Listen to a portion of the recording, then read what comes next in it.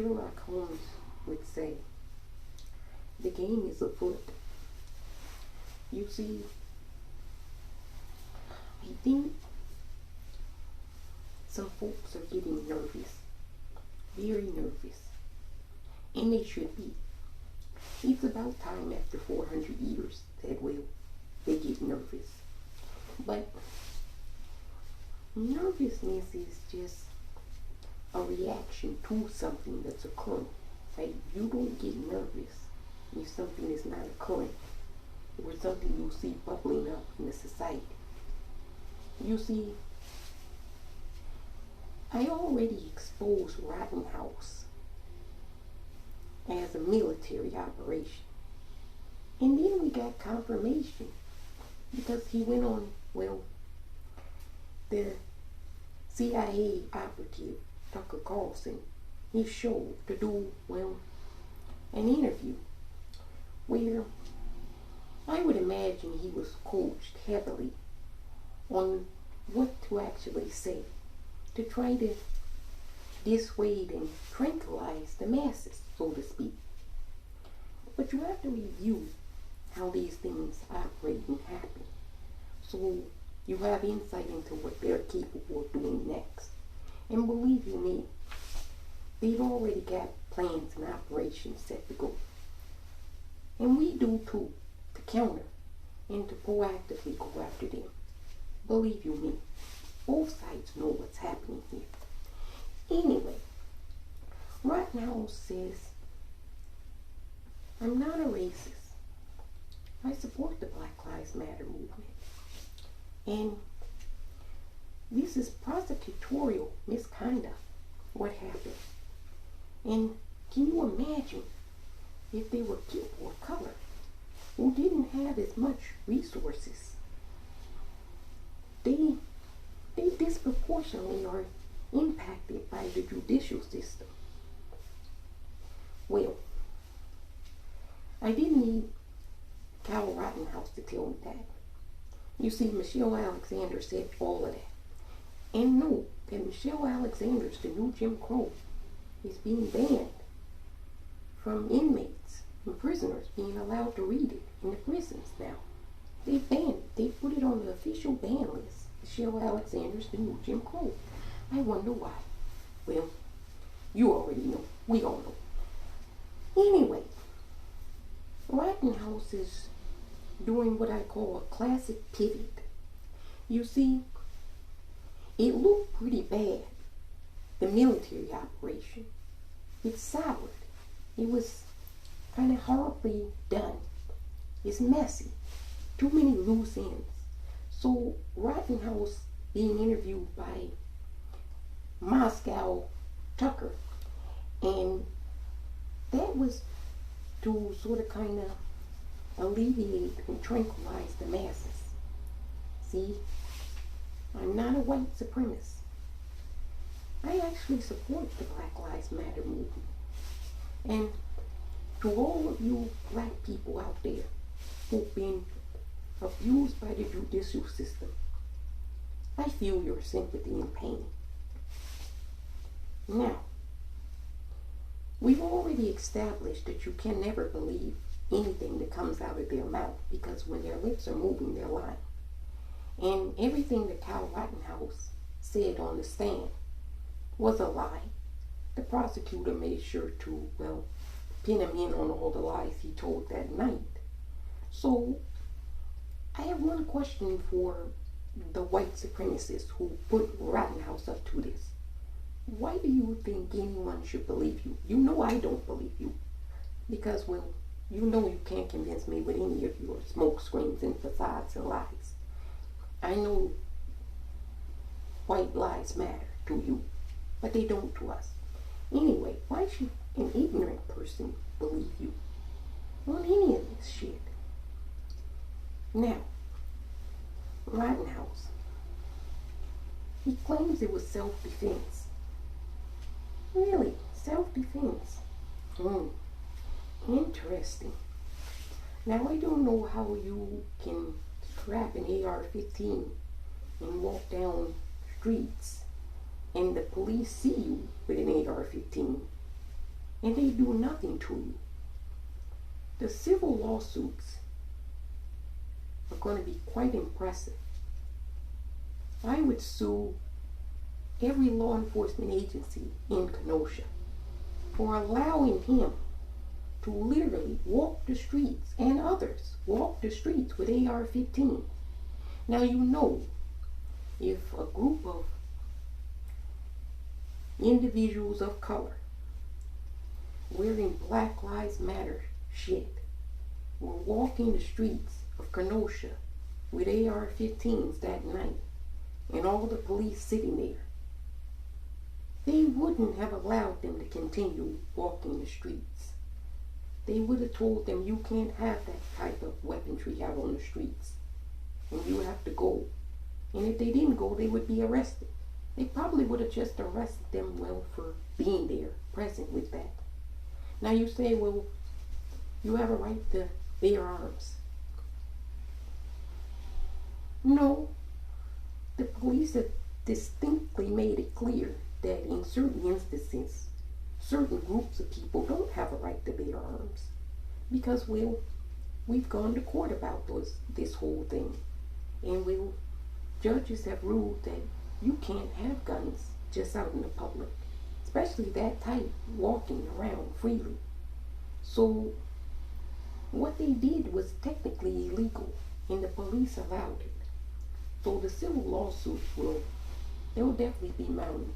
And I hope Rottenhouse's name is mentioned in a lot of those civil lawsuits.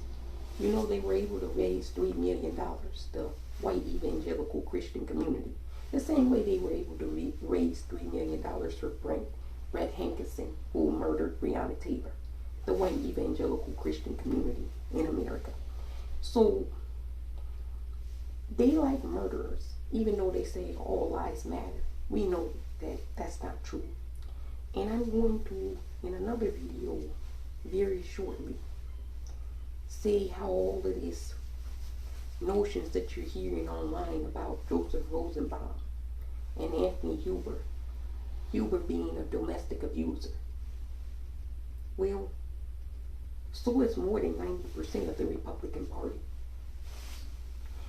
So they don't care about domestic abusers.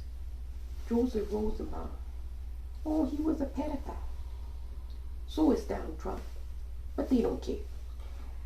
Anyway, like I said, Rottenhouse had to do a lot of cleaning up because it looked bad. And well, wouldn't you know, it didn't gloss over anything. Now, the Rottenhouse Games. The Rottenhouse game is really the American game, in essence, in a nutshell. You see, I won't say all of the elites in America, but a good substantial amount of the white Anglo-Saxon elites in America think that everyone is stupid but them. They think that they're the most intelligent individuals that ever roamed the planet. And they're about to find out that they're really dumb as fuck. Because nobody bought the whole smoke screen that you did with Tucker Carlson and Kyle Rottenhouse. Sorry. Rottenhouse doesn't even seem remorseful. He was smiling and laughing the whole interview. He can't contain himself. We know that Rottenhouse is just a serial killer and a sociopath. And he'll do it again. He's the type that, you know, would skin a cat alive. He's the type that would go outside and shoot squirrels with BB guns and cut their heads open. And, well, want to dissect their brains. He's that type. We know. He's very sick. And they know that too. That's why they used him for their military operation. You see, most of the individuals that came that night to Kenosha had military experience. Nobody's denying that. Now they say they met up based off of a Facebook group. So that would show me that Facebook knew about this operation, which they did. Anyway, don't you think that's odd that as soon as Rottenhouse had murdered those two individuals, that everybody just hightailed it out of there? Sort of kind of like the operation was complete. Now, We know that Rosenbaum was unarmed, and Rottenhouse knew that he was unarmed. And we knew that Anthony Huber had a skateboard and tried to disarm Rottenhouse because he had just realized that Rottenhouse had murdered Joseph Rosenbaum. He was trying to prevent an active shooter. Everyone knows that. So what the conservatives in the white evangelical Christian community, because I'm going to announce this very soon, but I wanted to preface it that we are currently in a campaign, an operation against white evangelical Christians. Now, this is nothing new, for us at least. But for you, the masses, you should know that there are sworn nemesis and enemy. And we'll do anything to stop them. Even working with other groups of individuals who dislike them as well. Let's put it at that. I've never liked them. Never. They're scum and filth to me. But to some of you, they're convincing because they use Christ all the time. They're forever talking about Jesus and Christ. Although Christ was a pacifist like Anthony Huber. And you'll see what Rottenhouse did to Anthony Huber. He murdered him in cold blood. Now, we'll talk about what the pacifist community needs to do. Hold on one second. I'm a pacifist too, but I'm also a realist, and I know what season and time this is. This is a Smith & Wesson throwing knife. You know, you get some of these babies, you get throwing knives, and you carry them with you wherever you go. You're going shopping this winter to the grocery store to buy some tomatoes. You might run into somebody that Madison Cawthorn, Representative Madison Cawthorn, told to stay armed, stay dangerous, and stay moral. Like there's any morality to these barbarians and savages. Greg and Travis McMichael, they're moral Christian white men too, that will use their truck for 5 minutes to pin in their own words, like a rat, Ahmaud Arbery, and then murdered him in broad daylight. They're Christians too. So I know about your Christianity and your Christ. I know full well. This is a Smith & Wesson throwing knife. You'll want to get these. These have good grips. You hold it from the bottom and you throw it. Now you want to aim for the head. If it slips a little low to the throat, that's also good. Get these and take them everywhere you go. I recommend the Smith & Wesson throwing knives. Ladies, especially Black and Indigenous women, Latina women, Asian women, get these throwing knives. You'll need them this winter because white supremacy always, historically attacks during the winter. Now, George Washington, one of the legendary generals in the American Revolution, some of his greatest military campaigns against the British forces, the Redcoats, were done in the wintertime. Savages come out in wintertime. Be ready for savages and barbarians. Get yourself some Smith & Wesson throwing knives. These are the good kind. They come in a pack of 3. And if you take it out, don't hesitate. Throw it. This is a baton. Wooden. Got the nice handle here. This is for close-up combat. This is for when they come at you. You get this real quick.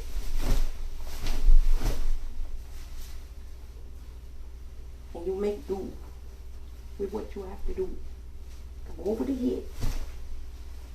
around the side and around the back. It won't break. This is very good. And I guarantee you that you won't have to deal with that particular white supremacist. Now, you say purple people out. Such violence.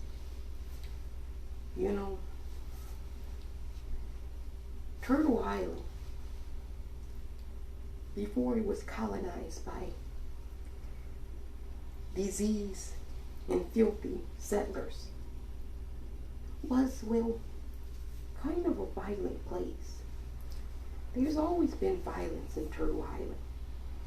Now, the violence back then was when tribes encroached and tried to, dictate to other tribes their tribal practices. And generally speaking, the violence didn't last very long. Maybe a week or 2 weeks. And then the other tribes would hightail it back out to where they had settled. But nowadays, violence is senseless in America. It's done for no reason. There was no reason Rottenhouse had to murder Joseph Rosenbaum and Anthony Huber and attempt to murder Gershwitz. None. None whatsoever. Besides, certain entities in the Trump administration wanted to send a message to Black Lives Matter that, you can't go too far with this whole Black Lives Matter thing. You see, people were getting a little upset and nervous about it. It was spreading too fast. There were too many people. And certain people in the military found it to be a dangerous thing for America. No, you miscalculated. You see, you were worried about Black Lives Matter. But now, it's a global movement. And now, just like white supremacy, it's a counteroffense to your entire existence. You see, what that did that night in Kenosha, and what the verdict for Rottenhouse did, is it made things real. It brought things home again. And now they're perusing. They're perusing the webs, trying to find people, that are speaking out against white supremacy, trying to thwart that effort, trying to, subvert it, using the algorithms, of course, and other means to try to subvert it. And then, on the surface, what they're telling you is, they're going after white supremacy. But that's not really what they're doing. Really what they're doing is going against anti-racist people. You see, I know the games all too well, the Rottenhouse Games. You've been playing them since, 1492. The only thing is this time, the game is up. The Rottenhouse game is not going to work, America. There's alternatives to you now. So, I put it to you this way. You can have America, or you can have white supremacy. You gotta pick, and you gotta choose. And you gotta hurry up and choose, because the last time I looked in the hourglass thing, time's running out for you. You see, you have a rising beast in the east that's terrifying you. And you can't, in good conscience, and being smart, you can't beat the beast in the east.